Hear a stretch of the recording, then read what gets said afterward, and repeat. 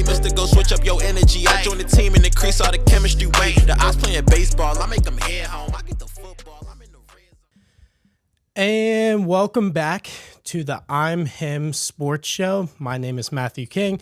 Alongside me is Jake Morris. And Merry Christmas, or I guess Merry After Christmas to everybody. I hope that everybody enjoyed their long weekend, along with a great Christmas with all of your families.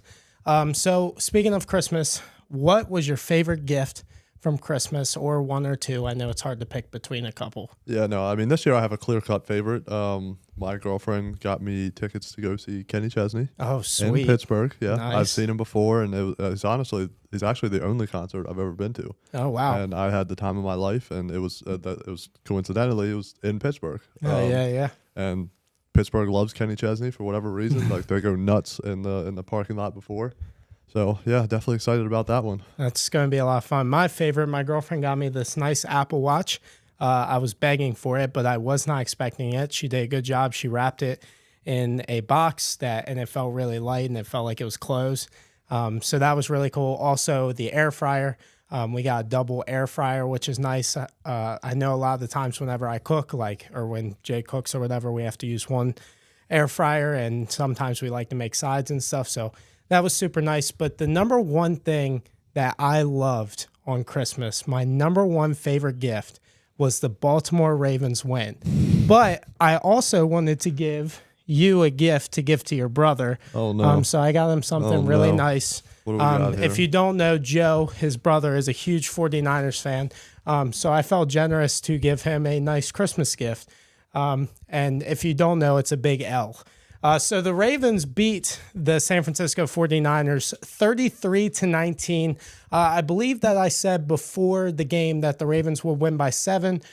They end up winning by 14, and it was an incredible game, incredible night. What were your initial thoughts of the game? My initial thoughts of the game were that, well, one, I picked the San Francisco 49ers to win that game. I just felt like they were on a steamroll and they were a juggernaut, and obviously Baltimore proved me and a ton of other people wrong. And I would say the one thing that stands out to me is that Ravens defense is scary. They've got some ball players on that side of the ball, and they're making plays. And I do feel like a lot of the luck and a lot of just like the football gods were there for the Ravens. But regardless, to go into San Francisco, being I think it went up to 6.5 point favorites. Yeah, 6.5 point underdogs before that game. I was impressed, and I will say I think the Baltimore Ravens at this very moment are the best team in the league. So yeah, that was going to be my next question, but I mean, my initial thoughts were I was getting mad towards the end of the game because I thought they were going to blow it there for a second to Sam Darnold. But the difference between this team and the other teams is that ever since that blown loss to the Browns, they have stomped their foot on every single team when they have the lead. They make sure that they make it an emphasis to know that we are going to finish games. And what I was super impressed with, like you said, with Baltimore was the defense. I thought they were good. I didn't know they were that good. And I know that you said there was some luck on the sides, but some of it was crazy. I think that Brock Purdy didn't play well. There were some tipped interceptions that you were probably talking about with the luck. Yeah. But I also feel like there were some plays with those tips that were just honestly like just showing the athletic ability of the Baltimore Ravens, like the pick with Kyle Hamilton. He gets chop block. He comes back and makes a play on the other side. Yeah. That's not luck, but the tip was a little bit of luck. Well, it was all Marlon Humphrey had great coverage on that play. Yeah. Like, I think he's the one that tipped the ball up in the air. Exactly. So, and same thing with Brandon Stevens on the pick that he was trying to throw a screen to McCaffrey or to Debo or somebody, and it was tipped and picked by Marlon Humphrey too. And I got a shout out to Marlon Humphrey. I mean, he played his absolute best game, and he plays best when he's in the slot. And I think the Ravens realize that, and I think he's going to go back to his all-pro form if they keep him in the slot corner position. Yeah, no, I mean, Marlon Humphrey, I think that's, I'd say, at least watching from what I've seen, that's the best game he's played all year. Yeah, maybe ever. Maybe. I just felt like he was all over the place, and like you said, returned to that all-pro form that we used to know him as, and so shout out to him. I guess just like when I was watching that game, I had a weird feeling going into it. Like I said, me and my brother, we rode up to watch the game at a family friend's house, and he He was he had the same feeling. Like he was just like it's a letdown spot, and honestly, I think he's a bit relieved that he had it at this moment. Yeah, because they were on they were on a 6-game winning streak, and like you need to get humbled before the playoffs, or otherwise, like I feel like those long streaks they never work out. Like right. But no, from the beginning I thought it was wrong that Brock Purdy was the MVP or favorite at the time. And I think, and we said that last week, and we got crucified for that. By the way, yeah. Comments were going crazy about that, but I think that this game did not prove that Lamar is necessarily the most valuable player, but that Brock Purdy never should have been, and CMC should have been MVP favorite going into that game. I can see that too. I think Lamar deserves it now, obviously winning that game. But I think we're going to get into it a little bit later about who we think should win MVP and whatnot, but I think my biggest takeaway is that the 49ers, hopefully this was just a bad game. Otherwise, maybe that they found a blueprint, the Ravens found a blueprint on a way to beat them. And I felt like 3 of Brock Purdy's picks weren't necessarily his fault, but like it happens, and those are still 4 interceptions on his resume. Like that first one to Kyle Hamilton, completely his fault. Right. He just did not see Kyle Hamilton, and that was a great play by him. The other 3, whatever, but this was a chance for them to really solidify them as the top team in the league, and they couldn't pull it out. So. Yeah, for sure. I just feel like what you said about the blueprint. So I feel like Baltimore did put out a blueprint to stop the 49ers. The problem is no team has what Baltimore has to be able to replicate that blueprint. Even the Cleveland Browns, they don't have enough to be able to do what Baltimore did. I mean, Baltimore with their defensive line up front, like getting pressure on Brock Purdy, they made Trent Williams look ridiculously bad, and he is one of the best of all time. People are saying he might be the best left tackle of all time.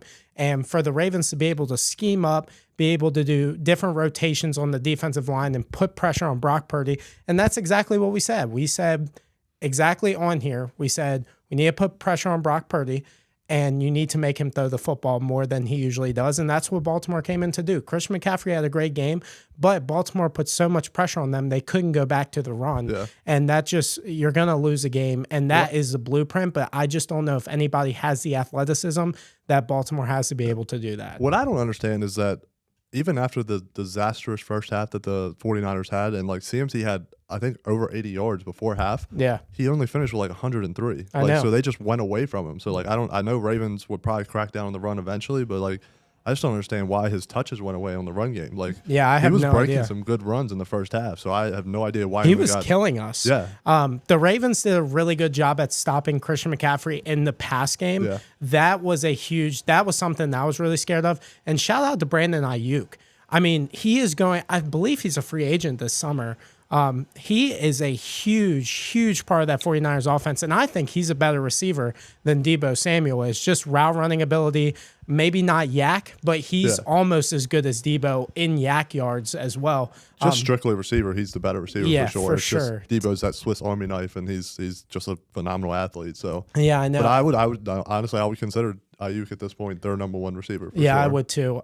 Also, I want to talk about this because I feel like a lot of people aren't, is that safety in the first quarter. So Baltimore, I'll pull it up. I believe that shit.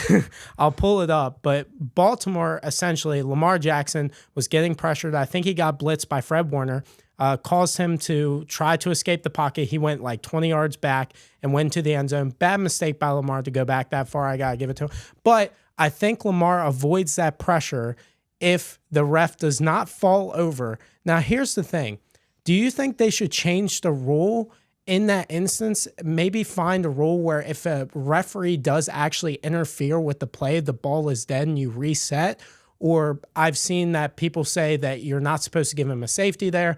Like, because if Baltimore would have lost by 2 points in that game, it would have been talked about for the next 10 years. Now that Baltimore just rolled over them, it's not a problem, but I think it's actually a bigger problem than what people are talking about. Yeah, see, I don't know how you handle it in that situation, but because clearly, like knowing the athlete that Lamar is, he probably would have escaped that, at least to the point where he was able to throw the ball away and not obviously get a safety because he's quick enough. I think it was Fred Warner that was chasing him, but he was already he was already kind of rounding the corner and starting to come Exactly. back upfield. I thought he was going to go around. Honestly, when the pressure was coming, I thought everybody was on the other side of the field. I think he had the chance to at least run up and not lose as many yards as he was going to. Yeah, and definitely not get the safety. I mean, he would have definitely made it out of the end zone. So it's just I think I like the idea. I mean, the rules of the game are simple. Like it's if he's tackled, falls in the end zone, gets tripped in the end zone. Excuse me, it's a safety. But I like the idea better of like if an official really does change the play that much, if it's just a lost or not even a lost down, but just a replay of the down almost. Right. Like, but the problem is if it factors into the offense, let's say it's late in the game and somehow a receiver gets the referee gets in the way of a DB and causes him not to be able to cover the receiver, and somebody scores a touchdown on that play to win the game. What do you do in that situation? Because it's like, well. And I also want to condescend myself because it is so much harder, especially nowadays, to play defense in this league. Yeah. Like these guys, they are penalized for every single thing. Like if you hit somebody too hard, you're penalized. If you're hand fighting with a guy too much, you're the one that gets penalized. Right. So like it's already hard enough to play. So I'm kind of condescending myself there, but that's just I couldn't tell you the last time I've seen something like that. Exactly. At least that results in points, like getting Yeah. held against you. Like Yeah, I think the last time that I ever saw a referee kind of get in the way of a play was actually with Baltimore back in 2020, and I'll pull that up if I can find it. But Marquise Brown scored the game-winning touchdown against the Browns in the Lamar's famous poop game that he had, and he threw a touchdown on fourth down. And Hollywood Brown used the referee as like a blocker. He like went around the referee and he knew where it was to like, like a pick. So it's interesting. I was just wondering what would happen if Baltimore lost by 2 points in that situation, because it would have been a mess in the NFL, or even 1 point. Yeah, no, that was definitely like a holy shit moment for sure. But then the audacity for them to show that ref and he's just laughing his ass off about it, like, yeah, that was something, and that's. I really almost thought was like, damn, I guess this is setting the tone for how the game's going to go. And Exactly. Obviously I thought we were fight done back. after that. I thought it was over because some weird scores throughout that game, though. Very weird. 5 to 3. Like it was just there was some odd scores going on. Very weird. I was going to ask, is Baltimore the best team in the NFL? I think we both agree they are after this game, and everybody talks about it. I think the better question is, what team in the AFC is going to stop the Baltimore Ravens from reaching the Super Bowl this year? This might surprise some people, but the way that things have transpired over these last couple of weeks, I think the team that probably has the best chance is the Cleveland Browns. If I'm going to be honest. Yeah. They're playing good football right now, and that defense itself is scary.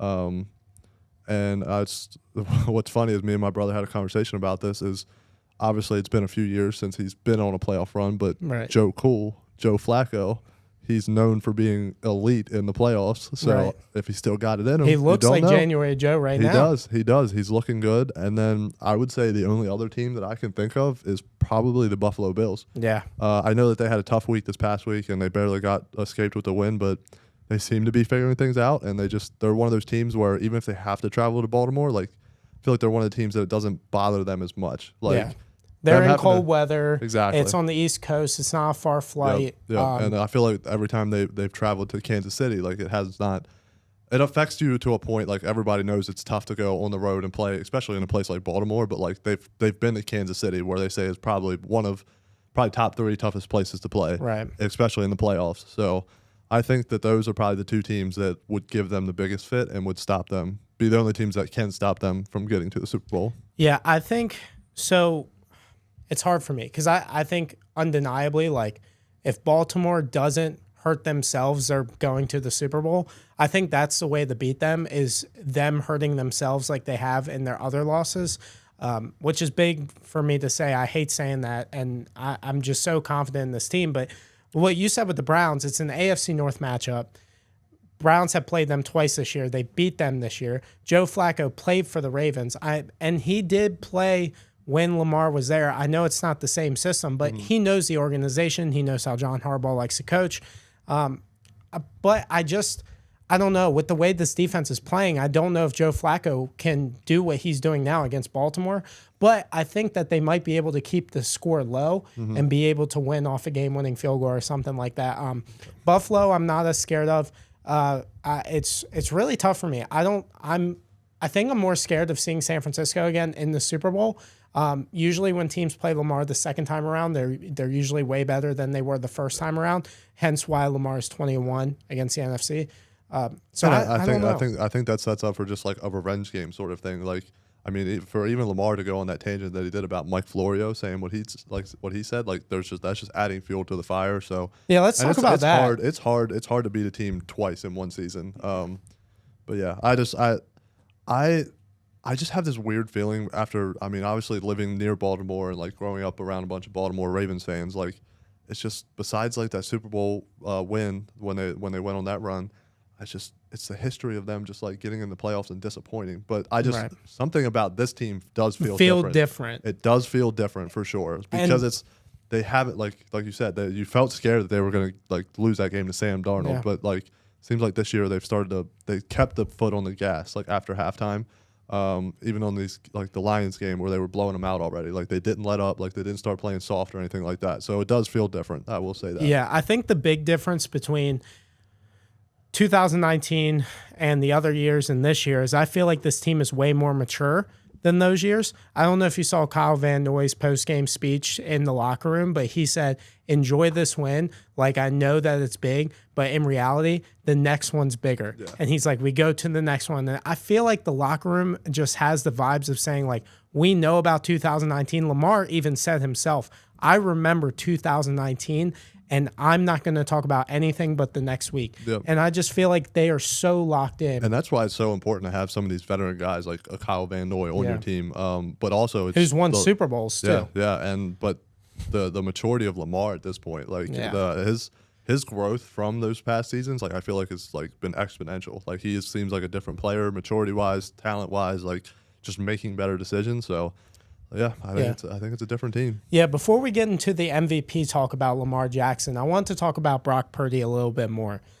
There's been a lot of talk in the media this week about the weakest link is Brock Purdy. I kind of wanted your thoughts on that. There's been a lot of Brock Purdy hate after one game. I know I said some things last week where I was down on Brock Purdy, but I think he was too high. I think he's exactly where he needs to be, but that's what I hate about this new media too, or I guess it's really the old media is after one game we change our opinions about everything instead of just taking it for what it is throughout an entire season. And people have bad games. I mean, Tom Brady had bad games. So do you think Brock Purdy is the reason why the 49ers are not going to win the Super Bowl? I mean, looking at that roster, I mean, I think that's it's been the same narrative these past however many seasons. Is Jimmy G was the problem, and I think Brock Purdy is exponentially better than Jimmy G and plays the quarterback position much better. And yes, I would say he's definitely a game manager, but he's a much better talent and player than Jimmy G was. And game manager isn't a bad name for a quarterback. Not at all. Tom Brady was a game manager. He was the best for a while. The best of all time. He was the best of all time. He was. Like, if you have a solid game manager and your team is that good as the 49ers are, if you can win that Super Bowl, like nobody's going to say anything. Like, oh, whatever. As long as he makes it there, if they can make it there and do it, like nobody's going to bat. Oh, the QB's a game manager. Like it's not that impressive. Like that doesn't matter in the end of the day. It does not. Like, it's wins. Yeah. That's all that matters. My thing about this game was it was the two best teams undeniably in the NFL playing each other. The Ravens, arguably probably the most dynamic and best defense in the league. So, but the other thing that I think about is when we go back to when the 49ers took that midseason skid of those few games that they lost in a row, Brock Purdy did not have a good game. Everyone was on his ass again, saying that he wasn't good. And then after that, he got his shit together. Because I remember talking about it, saying that a lot of young quarterbacks, when they have a bad game, it's hard for them to bounce back. And he's only in year 2. Yeah. I think are really in a full year 1. For sure, yeah. Like he's got a year and a half pretty much of starting under his belt, and so it's like every quarterback's gonna have a bad game. Lamar has bad games, right? I mean, it's like it's not common, but like it's happened a couple times this season where he wasn't on point in the first half. Yeah. The second half is when he turned it on, and that's what makes him so special. But yeah, and no, like I said, I think them honestly losing this game is a humbling moment, and it's a sort of we're a good team, but there's also better teams out there. So it's time to get our shit together. And like I said, they lost those few games, and then they ripped off 6 straight. So if Brock Purdy responds in the same way, I think people need to stop being so low on him, like saying that all he is a game manager and he's just. I guess I honestly, when Brock Purdy's playing well, I might put him in the top 10, top 12. Right. Like Yeah. I can't name other quarterbacks that play as consistently well. I as put he him in does. my top 8. Probably. If I really tried to sit here and list it out, I don't know if I could name 8, 9 better quarterbacks than him, especially at least this year. Yeah, at least this year. Yeah, I feel the same way. Weakest link is a terrible term. I would say that he is not the most special. Like he's not the most special player on that offense. Obviously, he is not what makes that train go. No. But he helps push the train and let it keep rolling. So I don't understand why they're already down on Brock Purdy, saying like they're already talking about potentially like filling his role next year. And I mean, Kyle Shanahan is honestly so good with these quarterbacks that I think he can take Brock Purdy to a Super Bowl. He took Jimmy G to a Super Bowl. So like, why can't Brock Purdy if he's better? So if Brock Purdy's better than Jimmy Garoppolo, and if they had Brock Purdy in that game, in that Kansas City game, they might have won that game just because he is better. And they barely lost that Super Bowl, and they just needed that little push by quarterback play, and that might be Brock Purdy. Do I think that he wins one this year? No. But I think that they will win a Super Bowl with Brock Purdy just because of the contract that he's under. And I also don't think there's a lot of fire under that San Francisco defense either, because especially before halftime, that's what got the momentum going for Baltimore is Lamar Jackson went down the field from the 10-yard line and got a field goal. And that play where he made Fred Warner look like he was on ice skates. Which never happens. Never happens. Fred Warner, but right now is, I'm not going to say by far because Roquan Smith's pretty damn good himself. Roquan's better. I don't know about that. He's better. But I'll stand on that. Fred Warner never looks that way. I think I will say he's the best open field tackler in the league. I'll say that. I'll stand on that for sure. But Fred Warner never looks that way, and Lamar did it with ease. Yeah. Also, something I noticed, I feel like this was the first time I've seen in a year, or at least this year, where Lamar was like actually running full speed. Like, yeah, I feel like he felt fast. Yeah, he looked fast as hell, and like I just feel like I feel like he's more of like jogging and just like looking downfield the whole time. He turned on the jets in this game, especially that run. So I want to turn the page about Lamar Jackson, how special he's been this season, and talk about the MVP. So there's been a lot of talk about Lamar Jackson being the MVP. And I'll talk about this in a second, but I think he is the solidified MVP, and I don't think it's just because of this game. I think he put the cherry on top of this game. But before that, can you name your top 3 MVPs for this year from 3 to 1? So how would you rank them from 3 to 1? I'm going to name my top 3, and I'm going to go based off of just how this award is given out pretty much. Okay. I think that right now, Tyreek would be my number 3. Okay. And then I'm gonna actually put Lamar at number 2. Okay. I'll get into my explanations at the end. And so I'm actually gonna put CMC at my number 1 spot. Okay. And so my explanation for all this, and I will say if Tyreek actually breaks Calvin Johnson's record, I think he deserves the MVP. He's not going to.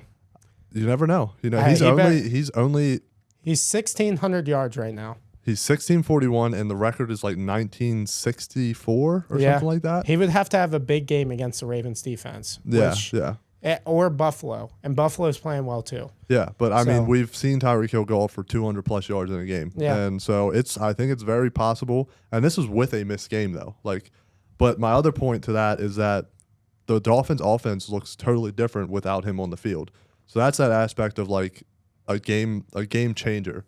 And when that player's not on the field, the team is not as good.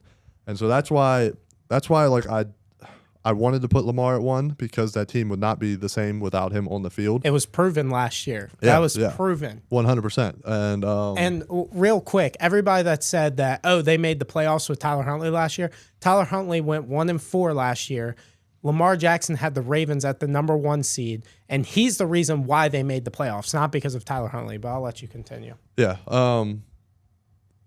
And then the reason I put Lamar at 2 and not number 1 is just because I feel like the MVP, as much as it's about like being the most valuable player, it's like you got to have the statistics to back it up. And I know doesn't have bad statistics. I think he's got 25 combined touchdowns. Yeah. So I mean that's not bad. But I just like you want to see statistics that Josh Allen has minus the interceptions that he has. Yeah. Like I think he would be by far the favorite to win if he did not have 19 interceptions on the year right now. Yeah, I think so. I think 15 to 19. Yeah, He's like in that range. you look for those quarterbacks, and that's the problem too. Though, is this is just a heavy quarterback like award, and I honestly think that depending on how these last 2 weeks go, if Lamar goes out and he demolishes the Dolphins, and then I don't know who the last game of the year you Pittsburgh. guys play. If he plays really well these past 2 games, puts up decent stats, like I think he's by far going to be the MVP.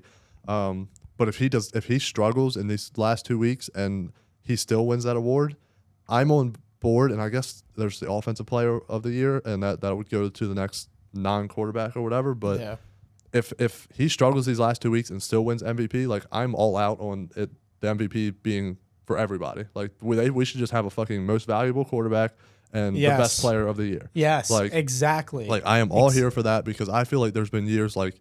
I just heard on Pat McAfee show, like they were grilling Aaron Rodgers because J.J. Watt swears that he should have won the MVP one year. I think he said it was like 2014. Yeah, it was the year he scored like a ridiculous amount of touchdowns. Yeah, and I think Aaron Rodgers, he 38 touchdowns and 5 interceptions, and like great year for a quarterback, but like the numbers, and I think we'll pull it up on the screen here for you, but J.J. Watt had probably one of the top 5 best defensive player, like statistics wise, like of this like ever. Like, yeah. And that's why they have a defensive player of the year. So why not just have like the most valuable quarterback, offensive player of the year? Like why not just split it up at this point? But for my top 3 MVP candidates, number 3, I had Tyreek Hill. He has 1,600 yards and 12 touchdowns. Obviously, same thing as what you said. Without Tyreek, it doesn't go. And Tua the other day was going off saying, well, I'm not good without Tyreek, like trying to shit on people who said that. It's true. So, like, it's been proven. So They sucked in the week before. They played the freaking New York Jets, who I think their longest drive was like 7 plays. Exactly. Like exactly. It's stupid. Christian McCaffrey at number 2, 1,300 yards. I think he has a combined 21 touchdowns and 537 receiving yards.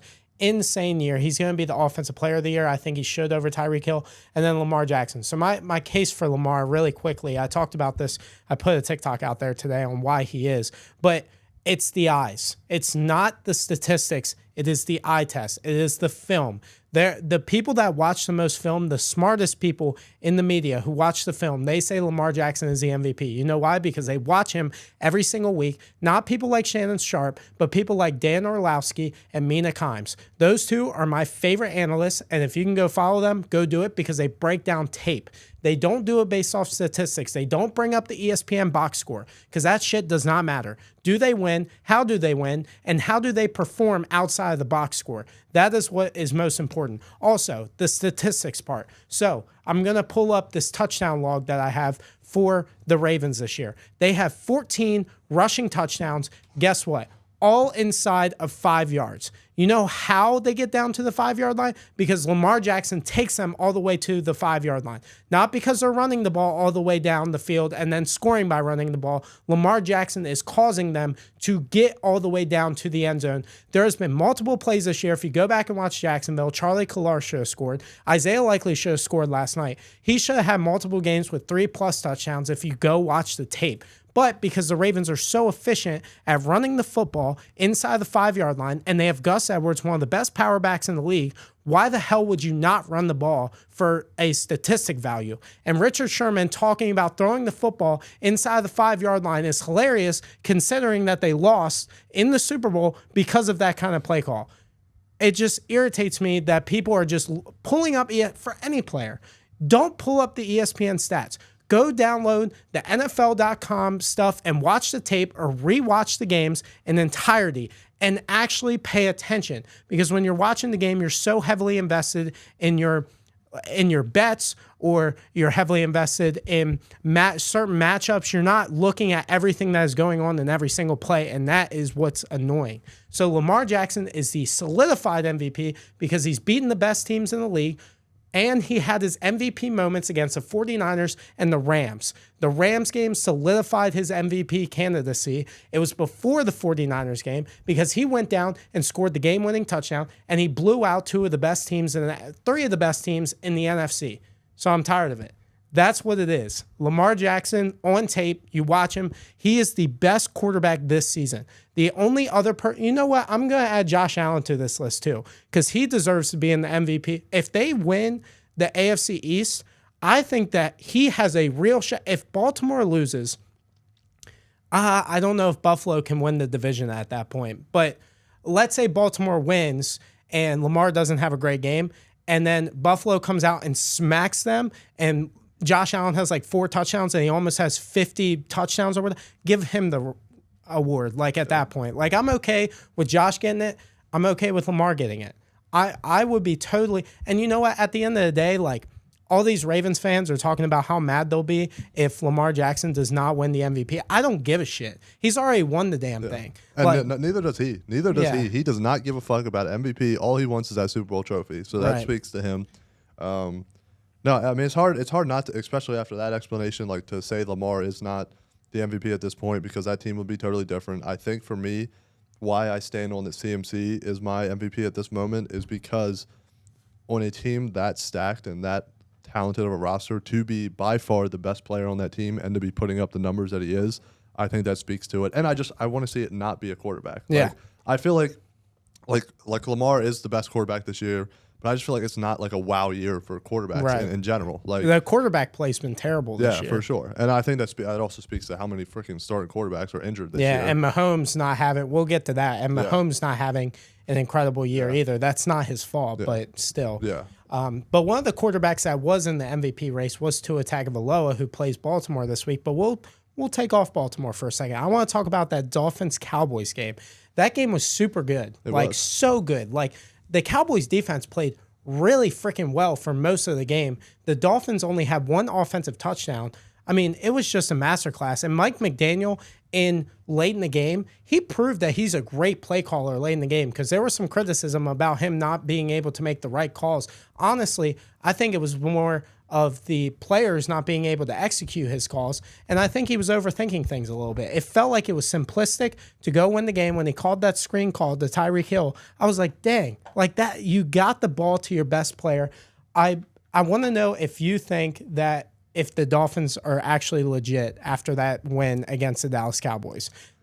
I am not going to go as far as to say that they are legit. The thing about this game was that this was basically the battle of teams that were just had not beaten other good teams. Right. Like this was the statement for both of these teams that they have not beaten anybody impressive, and it ended up being a really good battle between both of them. And I think they were both solid teams. I do, and I think that I don't think either of them are going to make any sort of run in the playoffs, to be honest.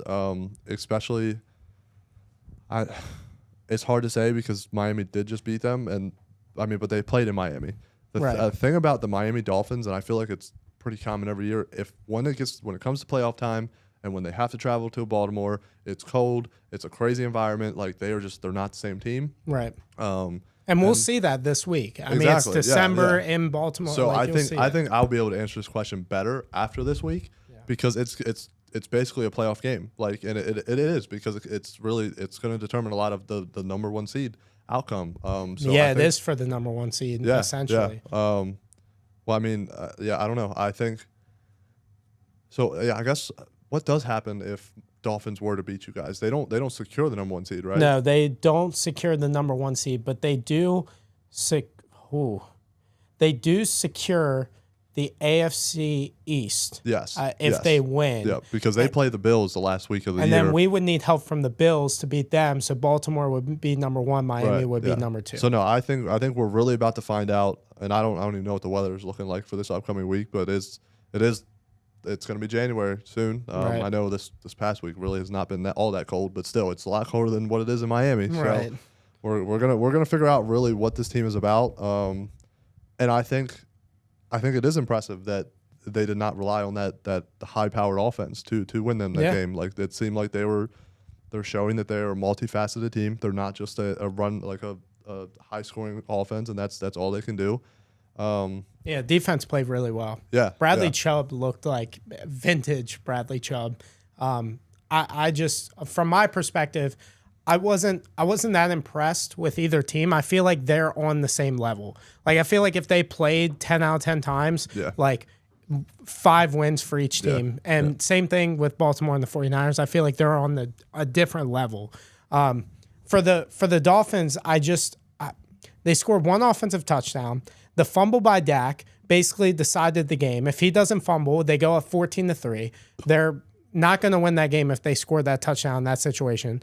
And also what makes me mad is there's this narrative that from Dolphins fans that say that Tua had a game-winning drive. So I want to pull up what the Dolphins' game-winning drive looked like. Okay, so the Dallas defense hasn't been playing well the past couple weeks. They played decent in this game. They did limit them to big plays, but they were also giving up big chunk plays on the ground. So if you look at the play-by-play on that last drive, I mean, run by Devon Achane, Tua Tagovailoa, short right for 9 yards, short for Tyreek Hill for 5 yards, incomplete pass, short right for 7 yards, 2-minute warning, and then short left to Tyreek Hill for 10 yards. That was a screen pass. Then the timeout, then another 8-yard run, and then kneel downs and then the kick. So I wasn't really impressed with the game-winning drive. It really didn't change me. It really didn't change how I felt about Tua Tagovailoa, because if you look at the plays that were ran, they were ran for Tyreek Hill and they were ran for the run game. So do I trust Tua Tagovailoa in a playoff game to go win it? I don't know. And that's what kind of scares me about the Miami Dolphins is if they're in those close games, like, can they close them out if Tyreek Hill is taken away out of the game or if the run game is taken away? Like, one of those factors taken away, I understand you can't take away both, but if one of them is taken away, can the other one step up? And if you rely on Tua, I just don't think it's going to happen. That's why you see with Mike McDaniel why he called the plays that he did. Yeah. Last time he tried to trust Tua in Tennessee, he lost. Yeah. And there's been multiple games throughout his career where Mike McDaniel has given him chances to go win the game, and he hasn't. So I don't know. I don't feel like Miami, it doesn't change my standings of Miami. I just feel like they have to go and beat Baltimore convincingly for me to change my mind. I still don't think that they are a legitimate playoff team for sure. And I think, honestly, the thing that even though Dallas lost this game, I am most impressed about the Dallas defense. Yeah. Because people were talking about, they can only play man, like they don't know how to play zone. And everyone was saying that, like, if they tried to play man against this Miami defense or offense, like, they were going to get killed. And obviously that didn't happen. Only 1 offensive touchdown. So I think that speaks to them. But I don't know. I think that I don't think either of these teams are really legitimate problems. That's what I'm saying. They're both the same level to me.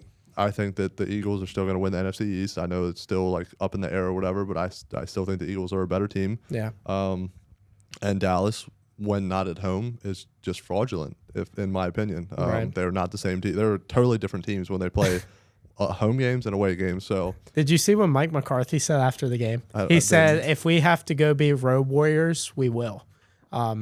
So that was an interesting thing for Mike McCarthy to say after going 3-5 this season on the road. And I can't remember where this came from, but I watched the video and it was on, like, Tua operates so mechanically. Like, he goes through his reads, but he's not someone that can make an off script play pretty much. Exactly. Like without Mike McDaniel, like, Tua's not a bad quarterback. I'm not saying that at all, but he's not a top tier quarterback and would not be in the MVP even, like, run at all, in my opinion.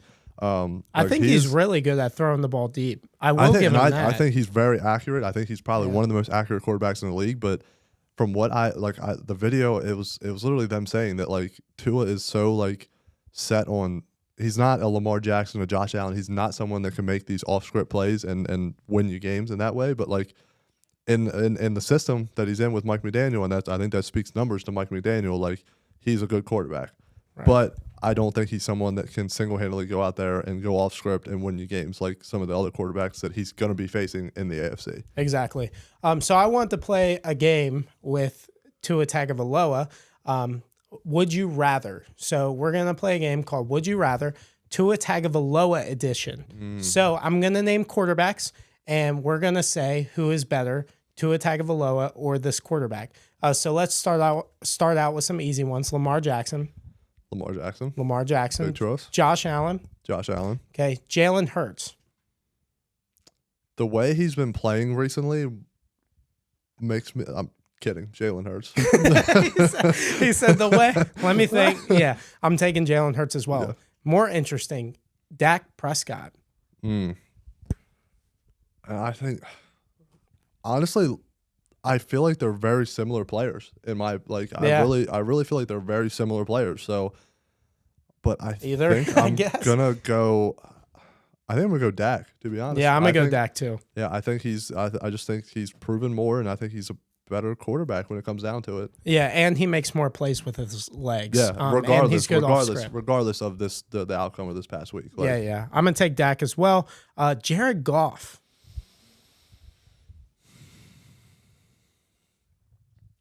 I think I'm gonna take Tua in this one. I think Jared Goff is a solid quarterback. He's really shown something, like leaving from LA and like being in the slumps that he was in Detroit and be able to come back. But I think Tua is still. I'd rather have Tua in my offense. Yeah, I'd rather have Tua as well, just because he's more accurate. Yeah. Kyler Murray, when healthy, fully healthy. Yeah. And with a good team. So exactly, it's hard to judge because Kyler hasn't had a good team with the Arizona Cardinals. So I don't know. I think the problem with Kyler is he tries to do too much and make these like off script plays, and so I think I'm gonna take Tua. Like I think I'd rather have Tua. Yeah, I'd rather have Tua as well.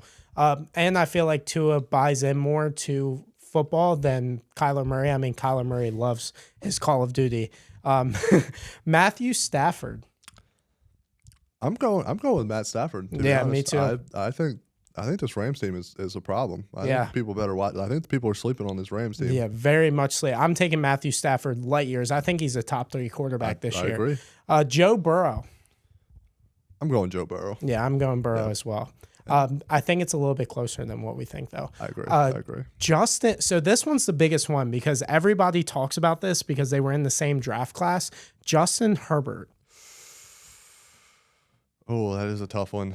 Because I'm not high on Justin Herbert like you are. Yeah. But we see what. If Herbert had Tyreek and Jalen Waddle, though. Yeah. Oh man. You see what Keenan Allen's doing. Imagine if he had all of that. Yeah. I think I'm gonna take Justin Herbert. Yeah, I'm gonna take Herbert. I don't think it's even close. I don't understand. I think Herbert probably has at this moment. Probably the best arm talent in the league, probably. I feel like if Justin Herbert played, it makes me so mad. I wish Miami took Justin Herbert because I really wonder what he would do with a really, really good squad around him and a good head coach.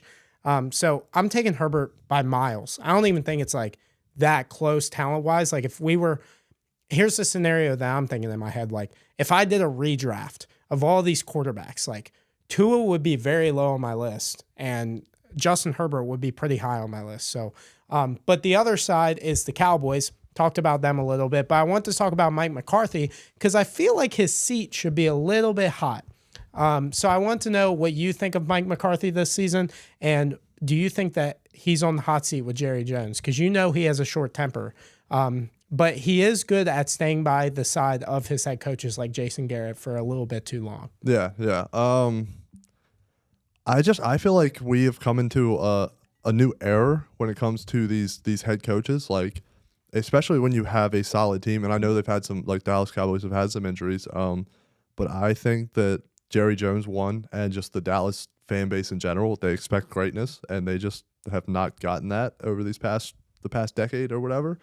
Or longer than that. Shit, what am I saying? They haven't won a Super Bowl since what, the 90s? Like, exactly. But they've had, like, on paper, they've had teams that should be, you would think, are the best team in the league. Obviously, that doesn't speak to actually how the outcomes play out. But I don't think he's done after this year.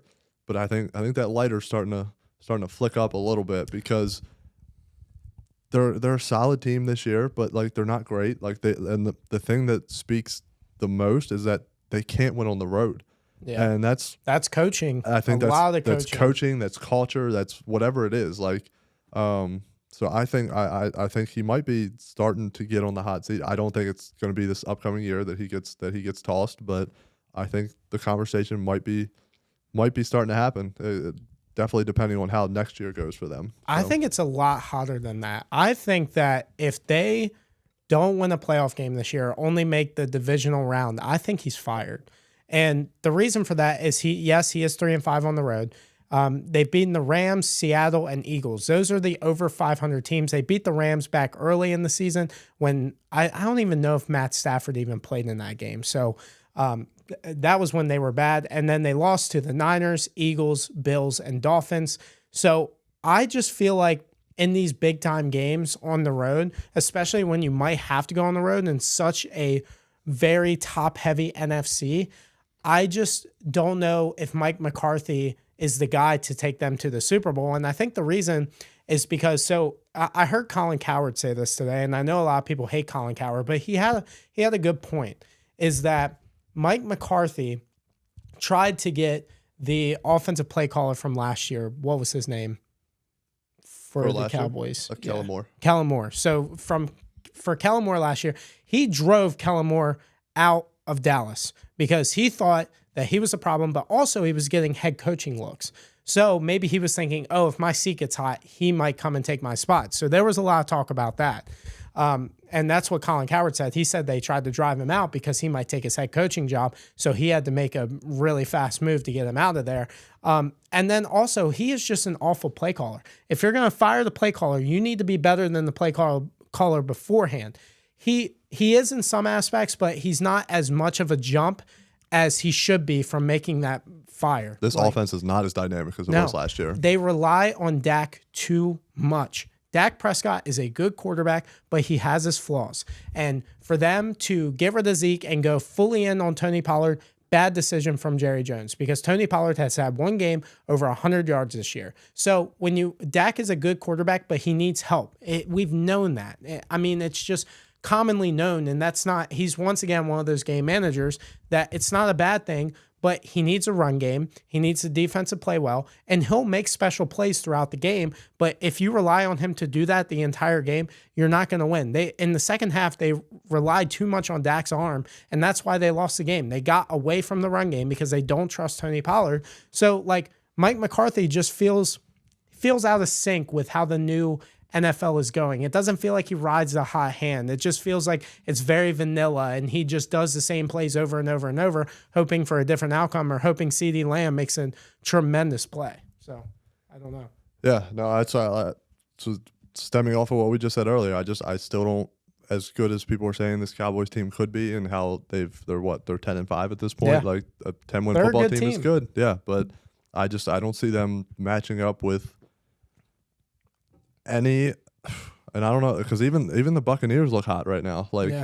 So I don't, and I think at this if point, they played if the each season other, ended right now, I think they'd be playing each other in the first close. round. I think that it's a lot closer of a game than people would think. In Tampa, exactly, on the road. Yeah, I don't know. No, if the Cowboys lose in the first round, obviously they stay at where they're at the 5 seed and travel to Buccaneers, who I think is going to win the NFC South. Yeah. I'm pretty sure they're going to win at this point. Hope not. I have a ticket to, but yeah, I have a bet. I think if they travel to Tampa and they lose that game, especially in an embarrassing fashion, I think that seat gets hit with a flamethrower, and I think the seat gets real hot. And because like I said at the beginning of the segment, we're in a new era now where even Bill Belichick and Mike Tomlin are being thought of to be fired and moved on from. So, and they're better than Mike McCarthy. Yeah, 100%, and it's proven. I mean, all that Bill Belichick has accomplished, and he's still being questioned about. He's accomplished things. I don't know, 7 Super Bowls. I mean, he's accomplished a little bit. I mean, but yeah, I think honestly, the Cowboys need to make a change. Is it head coach? I don't know, but it's got to be something. It's got to be something, because they are a team that is consistently pretty good, but they can't get over that hump. So, and Jerry Jones isn't getting any younger, and he keeps saying he wants to win one more. So I feel like he's going to get a little bit more little bit more upset if it's not rolling fast. Another seat that was hot was mine in fantasy football.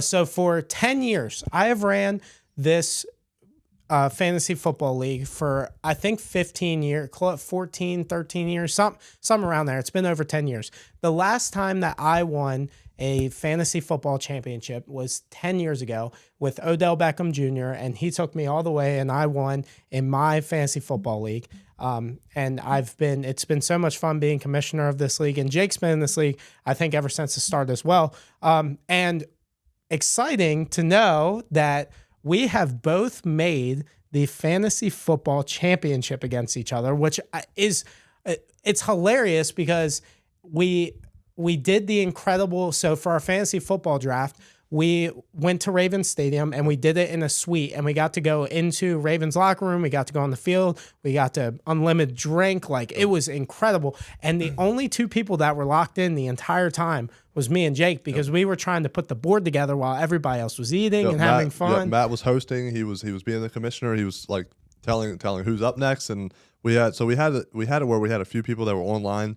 So you had to like make sure you were looking at your laptop and making sure like we were making the right picks and everything, and then I would find the player's name and put it up there.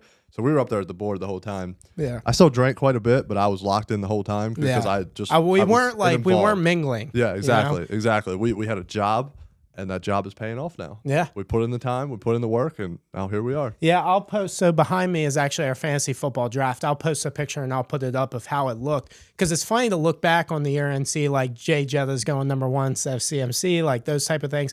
I got Tank Dell in the 7th round. Right. Like those, I got Mike Evans, I think, in like the 5th round. So like incredible stuff.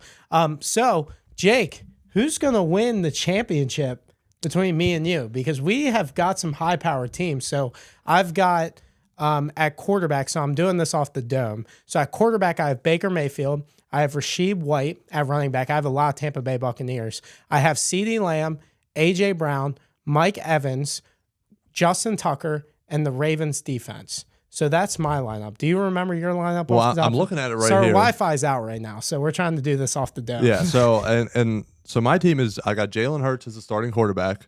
CMC is my number 1 running back. And then I actually had James Cook fall to me in the 7th round, which which in the beginning of the season. In the 7th round? In the 7th round. It did not pay off in the first few weeks of the season or the first half of the season, but James Cook has started to pick up, and he's really been an asset to my team. And then at my number 1, my receivers are kind of weak, if I'm going to be honest. But I've got Devontae, especially compared to yours. Yeah. My goodness. I went receiver heavy this year. Yeah. That was my plan. Yeah. I didn't research This was the earliest I've ever taken a quarterback. And for the most part, it's paid off, I would say. That much better than whoever took Mahomes. Yeah. And I think like the first round? No, they took him in the 4th pick of the 2nd round. Oh. Dang. Yeah. Super early. That did not pay off for them for sure. Even Lamar's not been like a great like fantasy quarterback. No, but also I'm in another fantasy championship in another league, and Lamar is my number 1 quarterback. So, but I have Devontae Smith, DK Metcalf, Chris Godwin, and then my tight end's George Kittle, and then my defense. I think I drafted the Bills, but I saw you make a move today. I've been playing like just matchups wise. Yeah. I can't remember who I'm starting this week. Yeah, you picked up somebody. Yeah, I did make a move because the Bills defense ever since all those injuries plagued them has not been that good. So like I benched the Ravens defense this past week. Oh wow. Yeah. Wow. I mean, good thought honestly, but I guess it didn't pay off. But yeah. So do you think you're gonna win? I mean, of course I have to say yes, but it's going to be a close one. I mean, do we just call it now and split the money and just call it bragging rights? That has happened in this league before. We might have to have a discussion about that. So it's $600. $600, yeah. Yeah, so it's not crazy. Yeah, so. It's not. I mean, it's not crazy, but that's $600 or $300 is $300. Yeah, exactly. Like, that's a little Christmas bonus. It is for sure. So I don't know. I think this past week you scored around 160. Yeah, and I think I scored around 150. So right. I think it's gonna be close. I think you are like 40 points more than me on the entire season, so it's going to be a hell of a game. And you were the 1 seed. Me and you were 1 and 2 seed basically the entire year. Yeah. So we deserve it. And I was for sure. But I was looking ahead, and Christian McCaffrey plays my Commanders. Oh man, I'm hoping it's a blowout and they just like take him out of the game by halftime. Yeah. I think that's the only thing you could hope for because after we just got, I mean. The Jets they kicked the game-winning field goal, and thank God because that won me $300 on betting. But I think I got some pretty good matchups, and I think I'm projected to score more than you, but I know the projection doesn't really It mean makes me shit. so mad. Yeah. I was projected in the semifinals to lose and win like 100 times. So it's annoying. But before we get to the Commanders, because I want to talk about Sam Howell, I want to talk about another quarterback, and that's Russell Wilson. There was breaking news today that Russell Wilson was going to be benched, even though I felt like he played well during the year. And I thought him and Sean Payton were starting to mesh a little bit. They would get mad at each other, but it just felt like, one of those quarterback head coach duos. Tom Brady used to get mad at Bill Belichick, vice versa. I didn't think that big of a deal, but I think it was a big deal. So a little bit of context to Russell Wilson being benched. Diana Rossini came out and said today that Russell Wilson is not only expected to be benched, but he is expected to be cut by the Denver Broncos in March. For almost 2 months, the quarterback has started knowing the organization was most likely going to move off of him after this season, which is crazy. And that's some leadership by Russ to go out there and play. Also, some other context is that he is owed $37 million if injured. So he was obviously benched because of injury concern. If he got hurt, he was guaranteed $37 million. And also, if you want to know what the cap hit would be if they release Russell Wilson, Denver would take on a $85 million cap hit in 2024 if released in March, which was what Diana Rossini said. But if he's released post June 1st, it is a $35.4 million against the cap in 2024. So that's a big difference. The remainder of the $85 million after that would be spread out over the length of the contract, which I think is 5 years. So he's probably going to be a post June 1st. What I thought it was shitty, first of all, to do that to Russ. I don't know how you feel about it, but yeah, I mean, I didn't even see this tweet, to be honest, and seeing all of this now, I honestly just thought it was because I don't know what their odds are, like what their percentages is of like making the playoffs, if they even can. If they win this week, it goes up to 30%, and they still have a chance to win the AFC West. And they're starting Jared Stidham? Yeah, who played well for the Raiders at one point. I think he's actually a decent backup quarterback. So it's not crazy, but like it's kind of weird. No, this honestly, this really surprised me. For the fact of that Russ hasn't played bad at all this year. Like he hasn't played his true like Russ form that he used to play at. But I just doing this when you're still in the hunt for the playoffs, like it really surprised me. I think the thing that surprises me the most is like that they're talking about actually just moving on from him already. Like this was the first. Obviously, last year was a disaster. Sean Payton comes in. No, they're not a great team, but they're not a bad team. They're not a terrible team. And in the beginning of the year, it was the defense that was just awful for them. Obviously, the Dolphins dropping 70 on them in the beginning of the year. They figured that out. The defense has been playing better. I guess overall as a team, they've been playing somewhat good football. But the fact that they're sitting him when they're still in the hunt for the playoffs, it's not the same Russell Wilson, but it is Russell Wilson. You have all this money tied up into him. Like I maybe they're my initial thought was that they were just looking for a spark, or like before looking into how that's exactly what Sean Payton said too, for a spark. Right. Okay. Yeah, but when you're still in the playoffs, you're benching your starting quarterback who's led you to this chance to get into the playoffs. Right. For a guy that has played well, but you don't know how he's actually going to play. Like he's a solid backup quarterback. Don't think he's a starting quarterback in the league. So I think it was very I really thought that this was but like I said before, looking into like their playoff percentage of still making the playoffs, I thought this was just like, okay, like we've kind of chalked this season. We're hoping to lose the last 2 games and just get a better draft spot. But obviously they have worse intentions on letting him go after this season. So yeah, also another little tidbit that I saw today is they approached him earlier in the season, about I think they said 6 or 7 weeks ago, and said that he needs to take off his injury guarantees, basically rescind them, or else they are going to bench him. That was threatened to Russell Wilson earlier in the season, and Russell Wilson liked a tweet of that tweet. So he liked that. So it's obviously true that they did that as well. So I guess him and Sean Payton are really not meshing as well as we thought. I think it's not just Sean Payton, but I also think it's the front office too. Yeah. I think it's new ownership. It has to be, it's new ownership. Yeah, like they have plenty of money. So they're very wealthy. So I mean, I think that's why they're not scared to cut him and lose all that money. So. Yeah. I mean, I think the cap hit is just the biggest problem. It's not like the MLB. You can't just let go of somebody and then just pay them over the next 20 years and just eat it every single year. Right. My question is, why would you not do it earlier in the year? Obviously, why not build a rapport with Jared Stidham? When Russ was playing worse, they should have done it to make a better excuse out of it instead of doing it now when, honestly, it felt like he started to get a groove in the second half against the Patriots. It started to feel like he was playing a little bit better. I think he's a scapegoat. And I think the problem is Sean Payton. I fucking hate Sean Payton. He is the most arrogant asshole coach in the whole entire NFL. He thinks that he's better than what he really is. You know what Sean Payton's resume is? He has 1 Super Bowl win. Do you know how many super teams the Saints tried to build around Sean Payton? At least 5. They had plenty of chances to go to a Super Bowl, and Sean Payton lost those games. He had Drew Brees, a Hall of Fame quarterback, for years. And yeah, you can go and say like someone like, let's say John Harbaugh. He had Joe Flacco. Joe Flacco's not even a Hall of Fame quarterback and won the Super Bowl. Like Mike McCarthy got fired from the Packers because he couldn't win more Super Bowls than one with Aaron Rodgers. So like that kind of tells you what kind of coach Sean Payton is. He's always talked shit about his quarterbacks. He's always been terrible in press conferences. He never takes the blame, and it just irritates the shit out of me that he's going after Russ when Russ has played well this year. He's taken all the bullshit. He has sat up at the press conference and fought for Sean Payton, saying he's right.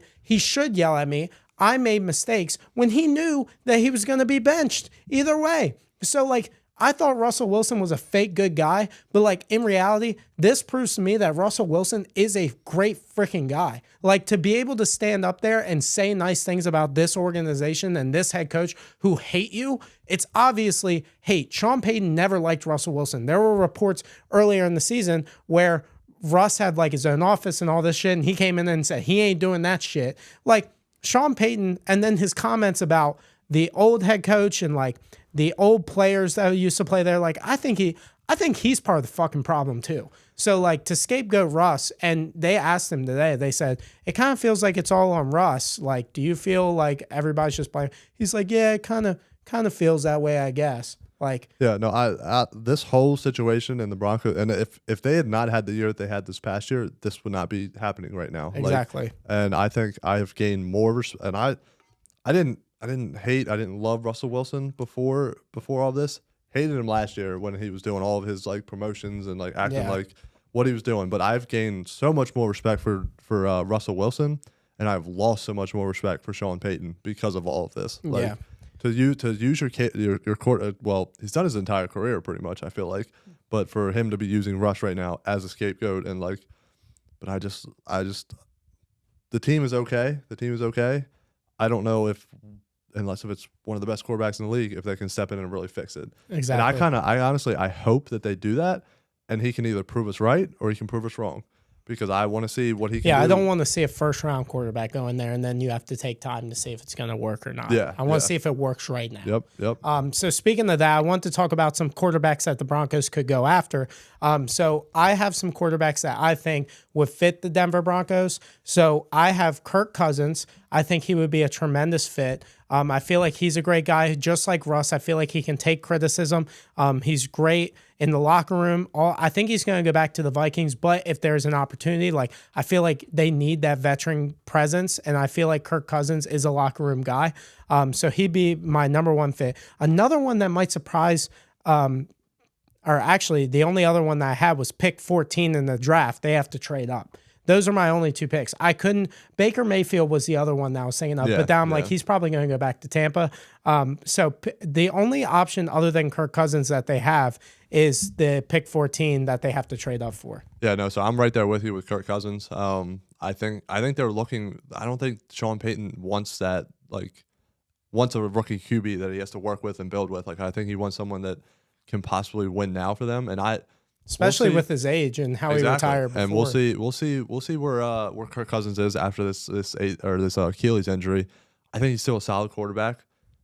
Don't know if he's still that guy that can take them from an average team to a great team, but I think the biggest thing about that is I think the Vikings are ready to move on, but I think really I think what's going I to think happen. the team wants to keep him, like all the teammates. Yeah, honestly. well, I think it's going to. I also think it's going to depend on what Justin Jefferson wants, to be honest. Because after this past week, he looked so frustrated with like how Nick Mullins was playing and everything, and they obviously want to keep their best player on the team happy. So if he's like, yeah, I want my guy Kirk Cousins back, I think 100% without a doubt he's back on the Vikings. But if he's like, I don't know, maybe I'm still young, maybe it's time that we move on and we try to find our new guy. Like I think that could happen, and then it's going to be who's willing to take a chance on Kirk Cousins, who I think is still a top 10 quarterback when healthy. Exactly. So I think that could be a great fit for him. Another guy I had, Baker Mayfield. He would be my number 2 pick, but it seems like I think a report came out that the Buccaneers want to re-sign him. Yep. He's played well this year. He's probably going to take them to the playoffs. And then I think another guy I had on my list is, and this is a long shot, but Ryan Tannehill. I think he's definitely out of there, out of Tennessee after this year. It seems like they're falling into place with Will Levis. So it's just I think there's not many better options than Russ. That's one thing. Exactly. It's just based off of who we know is Sean Payton. I don't think he's someone at this point in his career that wants to take on a rookie quarterback and have to groom him into a starting like a good quarterback in this league. Now that I think about it, what about Kyler?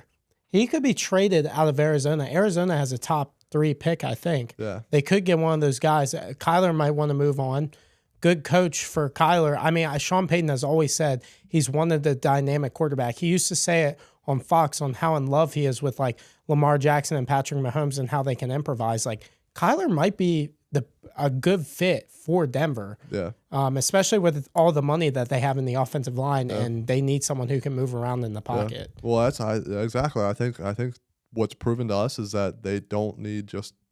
And Russ is not like he's not what he used to be. He's not a terrible quarterback now, but his play style just obviously is not working for that offense right now. And they have some pretty good players on that team, so I think they just might need someone that can come in and improvise and. Because there are 2 receivers in Cortland Sutton and Jerry Jeudy are pretty damn good receivers. Right. So I think Kyler actually might be a pretty good fit. That's definitely a good point. Yeah, I didn't even think about that until right now. Yeah. Real quick, I wanted to talk about the teams for Russell Wilson, and then we'll move on. So some teams I have for Russell Wilson. A surprise one would be the Rams if Matthew Stafford moves on and retires, especially if the Rams make a big run this year. I think Stafford might be ready to retire and go to his family. I know that his wife wants him to retire. She mentioned that multiple times. And Stafford, I hope he doesn't. He's so good for the game, but Russell Wilson would keep Sean McVay maybe on the Rams as well. And his cap hit wouldn't be as big as Matthew Stafford's either, I'm sure. The Vikings would be another one. I could see if Kirk Cousins goes there, it could be like a swap. San Francisco 49ers could be another one for Russell Wilson because I think Kyle Shanahan, he's never had the guy who can move a little bit. Like, I think Russ would regenerate his career if he was able to go to San Francisco. That's only if Brock Purdy absolutely like shits the bed this year for the rest of the year. But that could be an option as well. And then the last one that I think absolutely they have to try and do it is Atlanta. Atlanta is so stacked with so much talent, and they're not bad enough to get a top quarterback in the draft. But if they can get a quarterback who can move in the pocket and create plays and off-script plays with all of those great talents, like and the RPOs with freaking Bijan Robinson, Drake London, like all those guys, it would be a phenomenal fit. And Atlanta passed on Lamar Jackson. I don't think they're going to pass on a Hall of Fame career like Russell Wilson. Yeah, so I have 2 of those teams on my list. I didn't even really think about the Rams. I feel like Stafford has been around so long, like he's just going to keep playing quarterback the same way that Brady did. But I don't know. We'll see. Honestly, I think that's gonna depend on how the Rams finish this season. Exactly. But I have the Patriots. Okay. I feel like I think it depends on what direction they go this offseason. If they get rid of Belichick, I think they're just looking to wipe slate. They're gonna try to build just a brand new team. Another one I have is the Raiders. This Aiden O'Connell kid has not been bad. I honestly really like him. He didn't complete a pass for 3 quarters. I did see that was wild. I think Jim Nance said it. It was like it had been like an hour and like some odd an hour and like 50 some minutes since he had completed a pass. So I don't really think they're going to buy into him. The other one that I have, and this is just repeating history for us, and I hope it doesn't happen, but the Commanders. We have over the years we have shown that we're going to try to sign a veteran quarterback that is past his prime, but still has some ball in him. I am hoping with this new ownership that that's not what happens, but I could definitely see it happening. Trying to turn it around faster. Exactly, and then again the Vikings they do a little swap, and then the Falcons as well. Yeah. We're on the same page there. San Francisco really intrigues me. It depends. If really, like, I'm not saying Brock Purdy's bad, but if they can get Russell Wilson at a good price, like, and put him in that offense to like take them, like, I don't think he's a bad quarterback. I'd like to see what happens with something like that, like having a known guy that's a they solid can trade quarterback. Purdy for probably a first or second round pick. Yeah, in all honesty. So I want to talk about something a little bit more lighthearted. Jaire Alexander. I don't know if you saw this today, but he was suspended for Sunday for the game against the Vikings, if you didn't know. If you don't know what happened, so he wasn't a team captain, and he walked out to do the coin toss.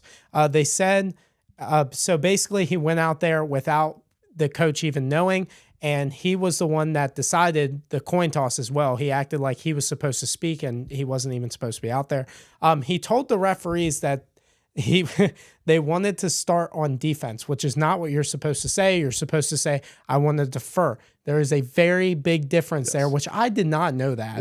Yeah. And he was very close to giving the Carolina Panthers the ball at the start of both halves because of him saying that. Yeah, that's wild. I cannot believe that that's how that works. Yeah. I still don't understand really like why that's such a bip deal if you say I want to start on defense. Yeah, I don't understand why it's got to be that way. The only reason I remember that is because I was a team captain in high school, and that's the coaches. You have to say you want to defer, like you have to say it, or otherwise it could happen. And apparently that almost or it did happen or almost happened earlier in the year. Yeah, where they almost gave the ball to the other team at the start of both halves. So if you say you want to start on defense, you could potentially lose, the same team can get the ball twice. Yes. So they could get it at the beginning of the game and at the start of the second half. Why? I don't understand why that verbiage has to be used. I think it's something on like you don't actually want to. You just don't want the ball in offense at all, basically, is what you're saying by saying Who that. would ever say that, though? Like, that should be taken out completely. Yeah. And hopefully, I mean, honestly, I guess it's not that big of a change because obviously this is a special scenario where he didn't go out there, but like, I think you just get rid of that in general. You know why he went out there? He's from Charlotte. Yeah. So he wanted to go out there, and he didn't think it was that big of a deal. And honestly, like, to be suspended, that sounds a little bit harsh. I don't know how you feel about that, but no, I mean, I understand the need to discipline him. Maybe especially fine him because I would say the fine would probably be the max thing that I could think of. Or make his ass run some suicides. I don't know. Like, but like, so I understand the need to discipline him because it could have changed. It really could have changed the outcome of that game, especially as close as it was. Them only winning by a game-winning field goal. But the fact that Jaire is their best secondary player by far, one of the best in the league.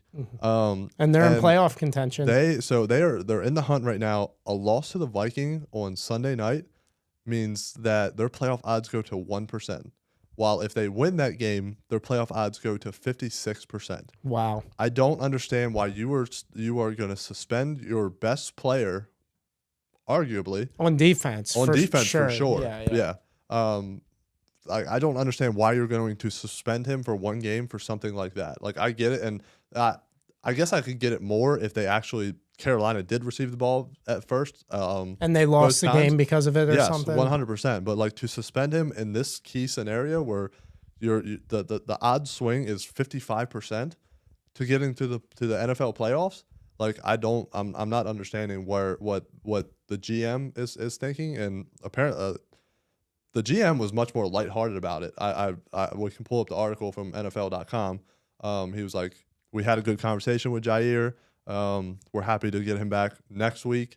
Matt LaFleur was like, that was the dumbass move. Like, I don't know why he did it. Like, he shouldn't have done it. Like, he was very critical on Jaire Alexander about it. It was definitely his call to suspend him. I would say so for sure. He was much more critical about it. And if they lose because he's out of the game and some receiver, Justin Jefferson, goes for like 200 yards, there's got to be a conversation around that. Yeah. And I guess maybe they think they can still win this game, seeing how Nick Mullins is playing, but you're playing a dynamic wide receiving core this upcoming week. Like Justin Jefferson, Jordan Did you see Addison. his catch?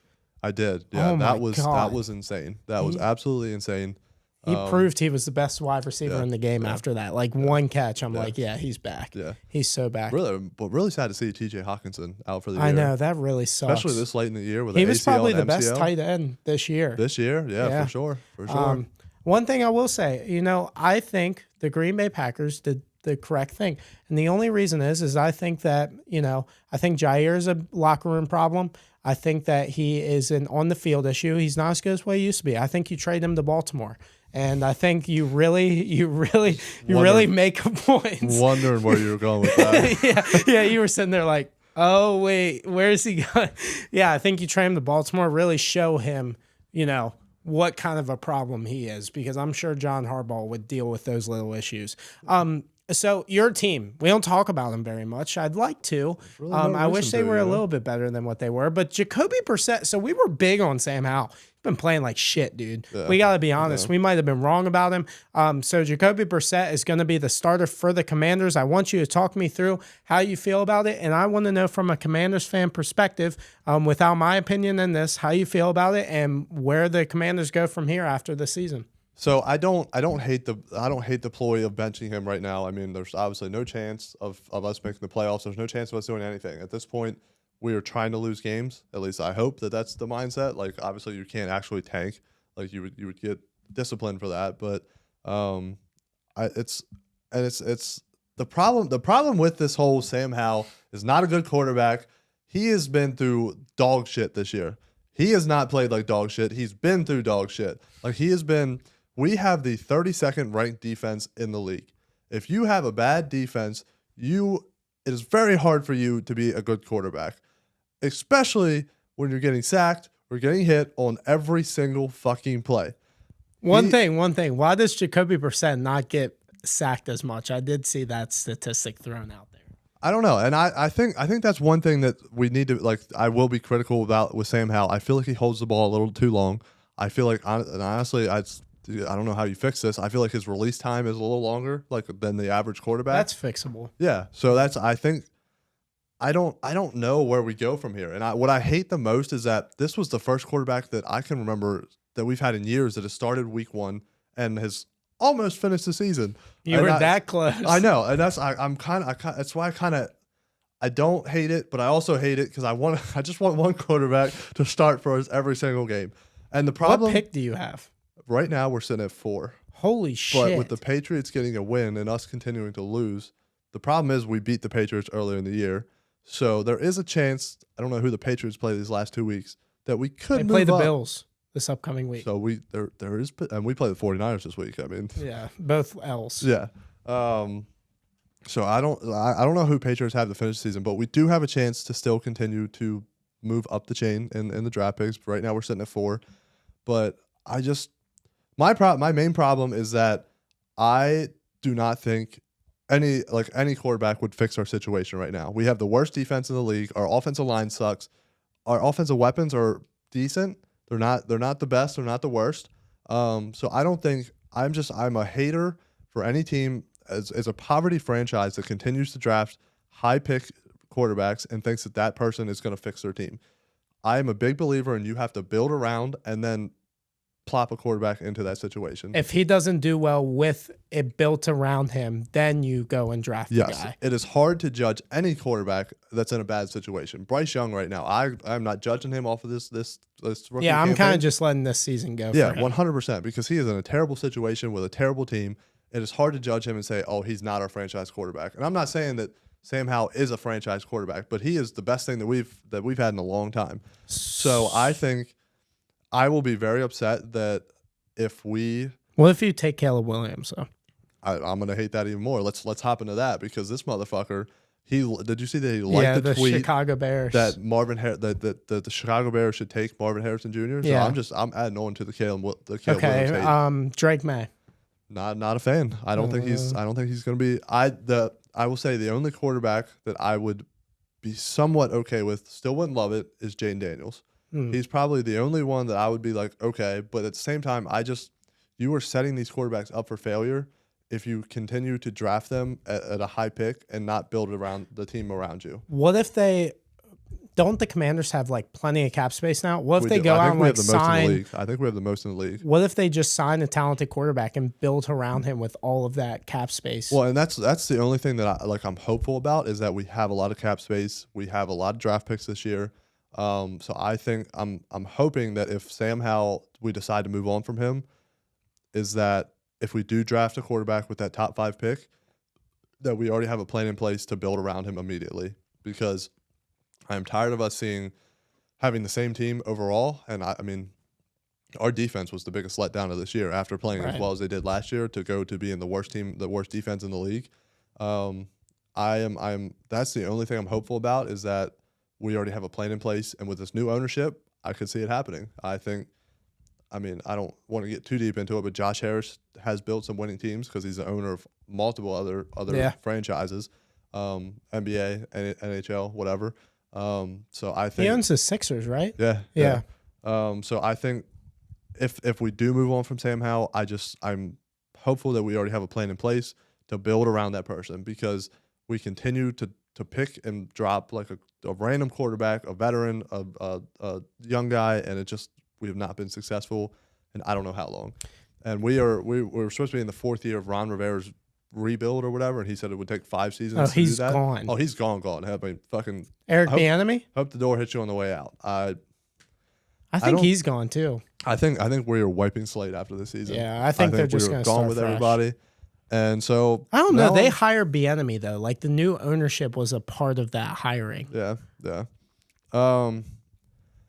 I can't say I'll be upset with him being promoted to head coach, but because I think he was, and it's tough to say because Sam Howell has played bad these past few weeks. He's also just been fucking being demolished the entire time. My biggest thing is I want to see the Washington Commanders fan base. I want to see how we react and see how after we watch Jacoby Brissett in these last 2 weeks, because it always happens where a backup quarterback comes in and he plays well, and then they're like, okay, because nobody prepares for it throughout the week. And sometimes it's just that spark that you need. And I think that's what maybe the Broncos. That's what I thought the Broncos were trying to do. They're trying to throw in a guy that nobody's seen all season. They don't have tape on him all season. So I don't know. Let's see how we react after Jacoby Brissett.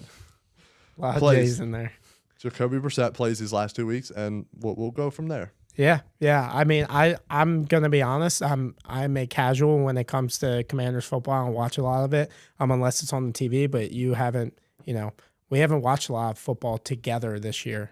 So I don't know what the Commanders do, but I'll take your word for it. I'll stick with Sam Howell. I will stick with that. All right. So we were gonna talk about the games this week, but there's not a lot of good games. I went and looked, not a lot except for Ravens and Dolphins. A lot of Ravens talk this week, so I wanted to break down that game really quick to end it off. So Ravens versus Dolphins. They're calling it the game of the year once again. Now this is the game of the year when Baltimore's probably gonna win. So I want to do something fun with it though. So I saw on NFL Network, I think they were comparing the two teams between Baltimore and the 49ers, and I want to do that with us. So I want to compare the quarterback, running back, wide receiver, offensive line, defense, and head coach. And I want you to tell me who has the advantage in each of those positions. So let's talk about head coach. Who has the advantage, Baltimore or Miami? I'm gonna be honest. John Harbaugh has been fucking up this year. I know, but I'm still riding with John Harbaugh. I think he's the more seasoned one, obviously, the more experience, obviously.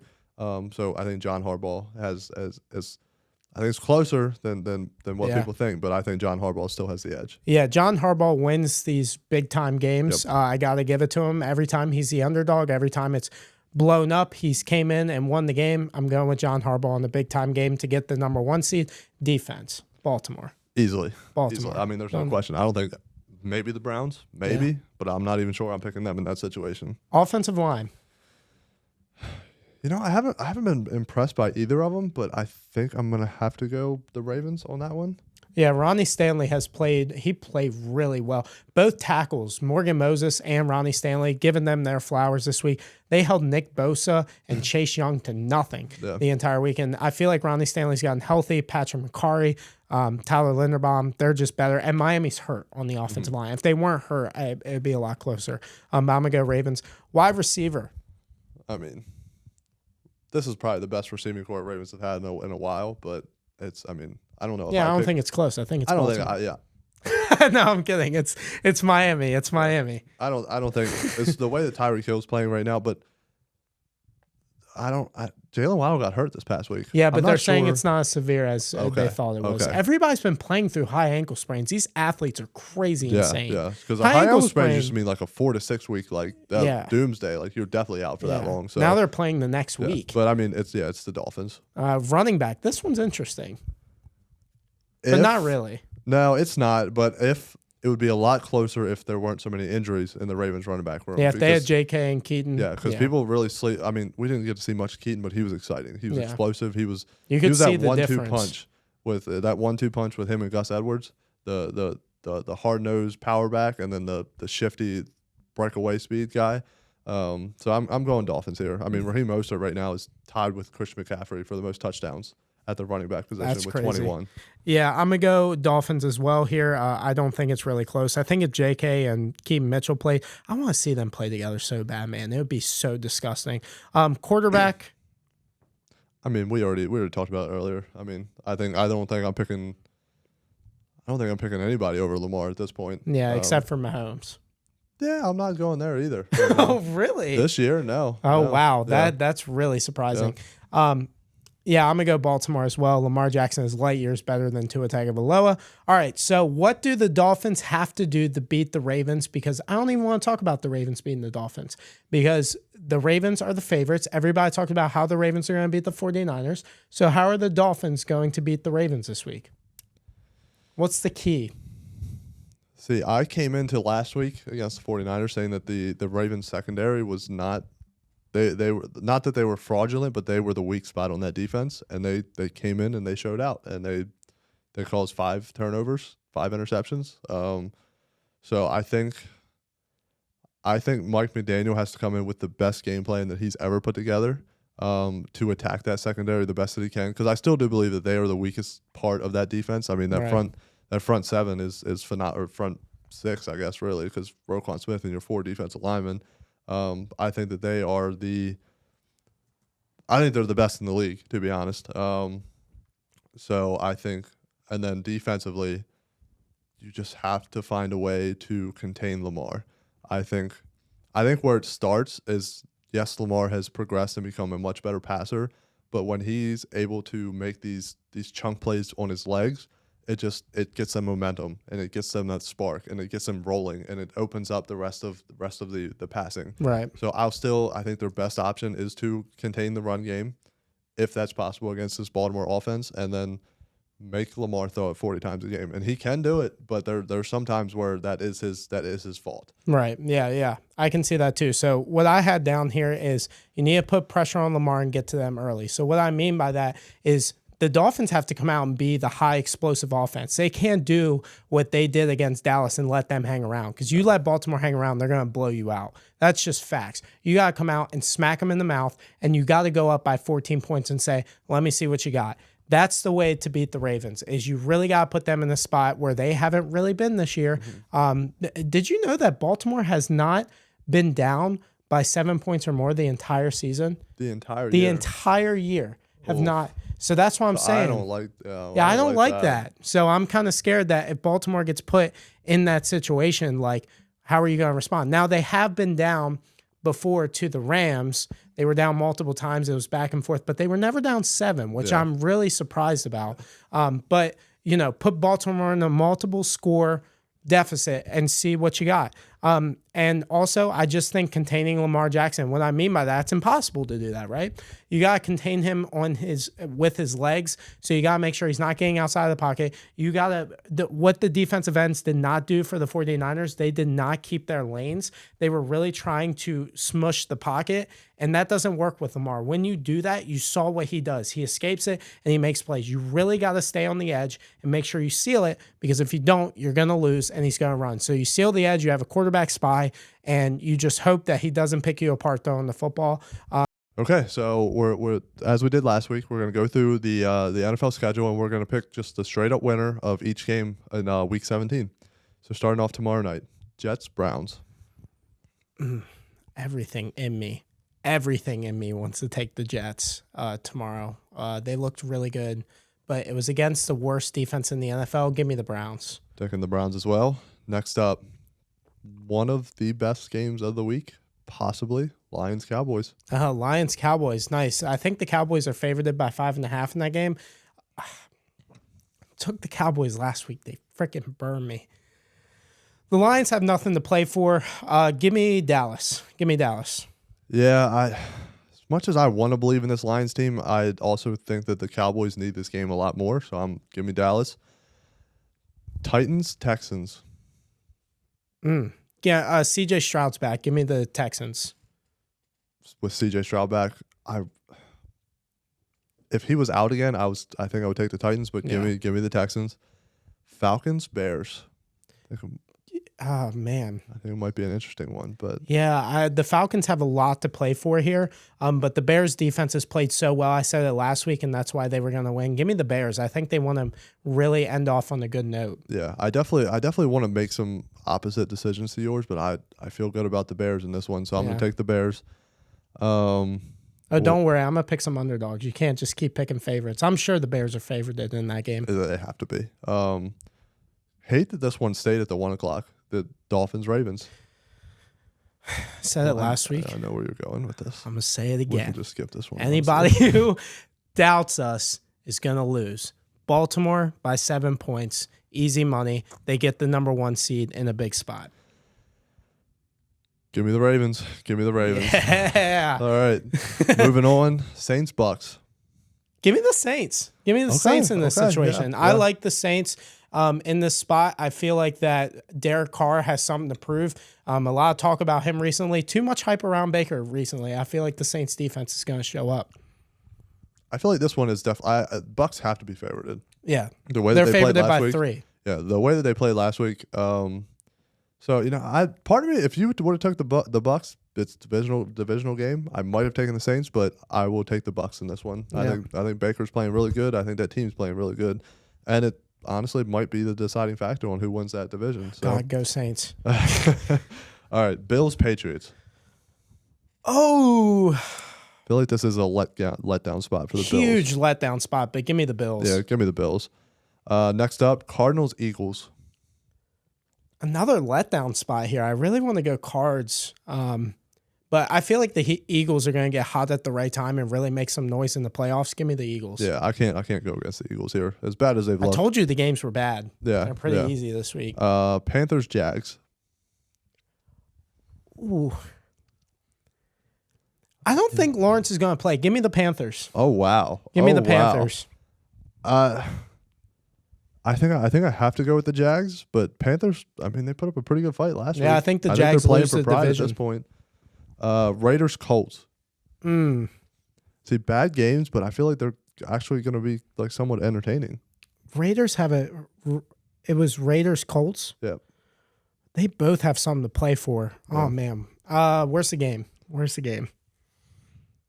In Indianapolis. Give me the Colts. Okay. Great, because I'm going to take the Raiders. Yeah, give me the Colts. All right, Rams, Giants. Rams. Yeah, I like the Rams. Rams are playing good football right now. Go Puka Nacua. He's a dog. He is. So I much think fun. we need to have. Don't say it. Do not say he's better than Cooper Kupp. I swear to God. No, God, no. There are not people that conversation. saying that he is better than Cooper Kupp. Not that conversation. I Good Lord. think he should be definitely in the conversation. If not, he's my offensive player or offensive rookie of the year right now. Yeah. With CJ Stroud missing because of that. If CJ Stroud comes back and makes the playoffs and really dominates these last couple games, it's CJ. But if not, Puka Nacua. Yeah, but that would be. I think that would be. Puka is in reach of breaking 3 different rookie records, and that's insane to me. And like That no shows how one's good- talking about him. It's because no one's really talking about him. Nobody's talking about the Rams, but I'm telling you, they can beat San Francisco. Yeah. And I mean, Matthew Stafford has the experience. He's Yeah. been there, done that. Him Yeah. and Cooper Kupp. All right, 49ers, Commanders. I mean, do we even have to say this one? Give me the no. Give me the 49ers. Yep. By 40, by Yep, the way. Yeah. A 38, maybe. Steelers, Seahawks. Oh man, that's a good game. Both have playoff implications. Mason Rudolph looked good, and Seattle barely got out of Tennessee. Give me the Steelers. Okay. Give me the Steelers. You know what? I'm gonna take the Hawks here. I like changing it up a little bit, but I don't feel good about it. Baltimore's gonna break their hearts with a backup quarterback in the last week. It's gonna be glorious. All right, Bengals Chiefs. This one's close too. I really view the Chiefs as like a bottom AFC playoff team, which is I'm sorry, sorry to all the Chiefs fans out there. But you know what? When the back's up against the wall, there's not another person I want other than Patrick Mahomes. Give me Mahomes and the Chiefs. Okay, fair. Yeah, you know, I have my 12-year-old nephew behind the camera here who's a diehard Chiefs fan. That's why I looked over there. I really want to break his heart right now. But I don't think that they have it figured out, but I think this is a must-win game for them to get their confidence back because they could lose the division if they lose this game. Yeah. Which is even more bold by the Broncos and benching Russell Wilson. Yeah, isn't that terrible? Yeah, but give me the Chiefs. Give me the Chiefs in that one. Chargers Broncos. Chargers looked good last week. I love Jarrett Stidham, though. I never understood why the Raiders got rid of him. He played so damn good down the stretch. Give me the Broncos. Okay. Yeah, I can't get that 63-21 loss out of my head. So maybe Jarrett Stidham does provide that spark that the Broncos need. Yeah. Give me the Broncos. All right, Packers Vikings. Good game again. Like I've said in this podcast, I am a huge Jordan Love fan. Give me Jordan Love and the Green Bay Packers. It's going to be close, though. Without Jaire, that's a big loss. Yeah. That's just... Yeah. I mean, because we talked about that, and to go against you, I think I'm going to take the Vikings. Oh, wow. I wouldn't be surprised. Yeah. Would not be surprised. Okay, that's the last Yeah. game. Oh, was that Monday night? No, so we don't have a Monday night game. No this Monday week. night game? Done for the rest of the year. Oh, dang. I liked Monday night this year. But Joe Buck and have Troy Aikman. We have a Saturday night game, and that's the Lions. Nice. Game. Yeah. We get a good Saturday game. Yeah. I wish we could have Saturday games all year. It's so good. I agree. So good. Real quick, I don't know if we're going to have another show before the national championship, are we? We're not? Nope. No, because it's this played week. on New Year's Eve, right? Or New Year's Day? Because I don't think. All right, we'll say it this week, and then we'll come back and talk about it. Who's going to win? Michigan or Alabama? Dave Portnoy has $1 million on Michigan. $1 million? $1 million. Oh my God. I hate saying this. Give me Bama. Give me Michigan. Okay. I think Michigan. This is Michigan's year. I think they're going to win the entire thing. Yeah. And then what about the Washington and Texas? I think Washington's a very good team, but I don't think that they are an SEC caliber team. Give me Texas. I like Washington in that game because I feel like Texas, they did beat Alabama, but it was early in the year. I feel like Washington has something to prove. They remind me not of TCU, but they remind me of like the upset, like it's going to happen. I feel like we're going to get a Washington-Michigan game and Michigan wins the whole thing. I could see that. Because if Texas wins, I feel like, and Michigan wins, like that's going to be a really good game. So I like Michigan in that. And I don't really know who I want to see in the matchup. Like I really wish it was we all know what we want. We want Bama, Texas. That's what the SEC. Yeah. I mean, I guess and get a rematch of that game because that was a phenomenal game for sure. Yeah. I guess I'd rather watch Bama and Michigan in the national championship. Yeah, me too. Is probably my point. Me too. I think Washington, like you said, is that Cinderella team that has played phenomenal all year. Michael Penix is one of, in my opinion, probably the best quarterback in this year's college football playoff. But maybe. All right, well, that will do it for us. This is the I'm Him Sports podcast show, whatever you want to call it. We have reached 100 subscribers, so Jake has to eat 100 McNuggets. So probably on New Year's Eve. We should probably record it then, like after the drinking. Okay, yeah. Yeah. Then you can down them pretty easy. I was gonna say, I don't know how long I'm going to make it on New Year's Eve. If I'm not making it to that ball drop, if I have to eat 100 McNuggets before We're that. We're going to have you sitting on the thing. All right. Well, thank you so much for listening. Thank you so much for subscribing. We really, truly appreciate it. And we will see you guys next. They know that I'm him. Well, it is time in the gym. Shots don't never touch the rim. Know that I'm him. Got the defense overwhelmed. There ain't no highlights it in. They know that I'm him. Don't believe me? Check the film. Ay, any court in any field. Ay, yeah, I'm Hall of Fame for real. Timothy. Opponents might call me Himothy, aka Mr. Go switch up your energy. I join the team and increase all the chemistry. Wait, the ops playing baseball, I make them head home.